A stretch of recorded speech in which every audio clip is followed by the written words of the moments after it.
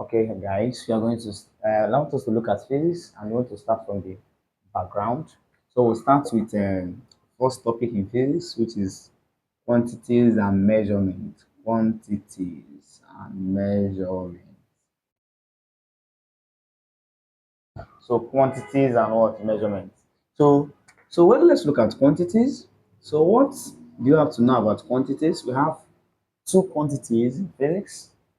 So we have a fundamental quantities and derived quantities. So fundamental and derived, have we?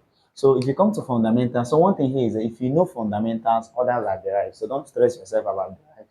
Just know fundamentals, other ones are not derived. So if you come to fundamental, we have seven fundamental quantities.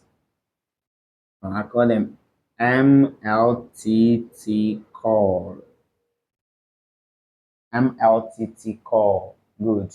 So M is mass, length, time, temperature, current, amount of substance, then luminous intensity.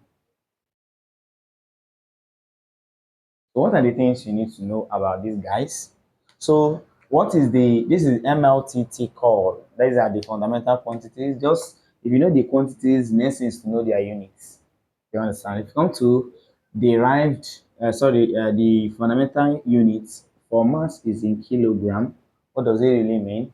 It means that if you really want to, when they give you calculation in physics, and let's say the first thing they give you is let's say a mass is in 10 grams. So you need to convert it to kilogram. So how do you convert to kilogram? From gram to kilogram, you divide by 1,000. Then length is in what? Meter. So sometimes they can give you the parameter, length, all this, everything that's talking about distance, talking about length. So every length have the units as what? Meter. So if they give you centimeter, if you want to convert it to meter, you divide by, sorry, if they give you decimeter, you convert it to meter, you divide by what? 10. Then centimeter to meter is what? You divide by 100. Then millimeter to meter is divided by 1,000. And we still have another one called decameter. Decameter. The other one was decimeter. In decimeter, you divide by 10, but in decameter, you times by 10. So if they give you something in decameter, you times it by 10 to convert it to what? To what? Meter. Then if they give you hectometer, hectometer. The other one was a centimeter. Centimeter to meter you divide by 100, but hectometer to meter you times by what? 100. Then millimeter to meter you divide by 1,000, but kilometer to meter you times by what? 1,000. So the unit of length is what? Meter. Then time you already know is seconds. Everybody, I think all of us know that 60 seconds make 1 minute, 60 minutes make 1 hour, then 60 minutes make 1 hour. I mean, then 24 hours makes 1 day. So sometimes if they give you timing, let's say 20 minutes, you times it by 60 to convert it to seconds. Then temperature is in Kelvin. So if you want to convert centigrade to Kelvin, that is something that is in Celsius, sorry, Celsius to what? Kelvin, you add it to 273. Then for current, the unit of current is what? Ampere. Unit of amount of substance is in mole. And luminous intensity is candela. So candela is CD. That's our abbreviation. So I think this is all you need to know about what? Fundamental quantity. So when we talk about derived unit more is when we are talking about dimension. Because dimension, well, what we are going to do in dimension, which is the next topic, is dimension of what? Derived units or derived quantities. So from there, the different examples of derived quantities and their units. So I think we are done with quantities. So let's look at measurements. If you come to measurements, what do you have to know about measurement? The first thing about measurement is that the three important measurements. The three important measurements is that is the three important quantities we are going to talk about. Their measurement is MLT. I mean, MLT is mass, length, time. Sometimes the normal unit is kilogram, meter, then second. I mean, good. kilogram, meter, and second. Then, so let's look at mass, length, and time, their measurement. So let's start with mass.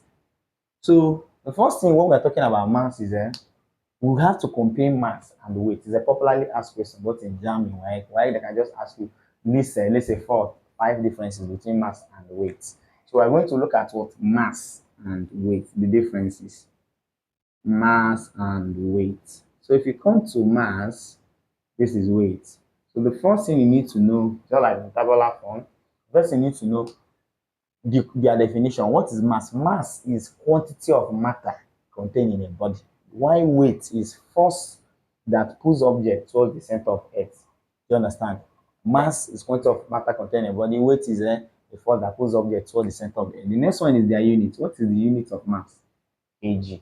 What is the unit of weight? Newton. Then the next one is which instruments can we use to measure mass?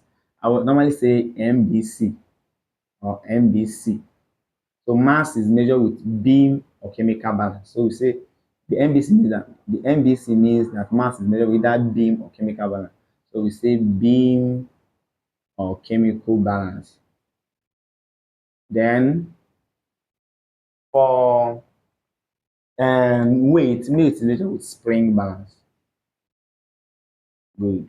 Then the next difference is which one is scalar, which one is vector? This one is scalar, then this one is vector quantity. We're going to look at scalar and vector. You know the other examples. Then the next one is I think this is the definition is one, two, three, four. So the next one is mass is constant everywhere, while weight varies. And the last one is beam balance, which is number 6. It works on the principle of moment. This is a jam question, principle of moment. Why chemical balance works on the principle of Hooke's law. Principles of Hooke's law. Principles of what? Hooke's law. Then these are the 6 differences between mass and weight. So you just have to know them. Then the next thing you have to know, because what we are talking about specifically is mass. So we have already noted that mass is measured with chemical beam balance. The next question they will ask you is, what is the reading accuracy of beam balance? So reading accuracy of beam balance, reading accuracy, sometimes this reading accuracy can also be called the smallest graduation. Smallest, I'll say, what is the smallest graduation of beam balance? Is 0.001 gram. Then there is something called estimated uncertainty. Estimated uncertainty, or you call it least possible error. So the least possible error is reading accuracy over 2. Just say 0.001 divided by 2. That's to give you the answer. Then the next thing is, after knowing the reading accuracy and the estimated uncertainty, the next thing you have to know about mass is already all those 5 or 6 things that we have mentioned, talked about in mass when we are comparing it with weight. And the next one you have to know about mass is, I think, precaution when using beam balance. Precaution. So we just have a different precaution, but I just want you to know this one. That number one is, if you are measuring with beam balance, you have to check. Number one is you don't pick that object that you want to measure with bare hands. You use what? Forceps. That's the first precaution. The second one is if it's a hot object, you allow it to cool before measuring it. Then the third point is if it is something that is wet, you allow it to dry before measuring it. So we normally like taking measurement of a dry object, something that is dry, not actually something that is wet. Okay, I think this is all you have to know about measurement of mass, about mass as a fundamental quantity. So remember, we are looking at mass, length, and time. So let's look at length. So length, we can measure length using these 3 equipments. Either we use meter rule or we use vernier caliper or we use micro screw gauge. Micro screw gauge. Okay, So what are the things you need to know about these instruments? Then meter is used to measure like bigger length, like let's say football field or something like that. Then this one is used to measure smaller length. This one is used to measure smaller. This one is used to measure length. That is small. That is length.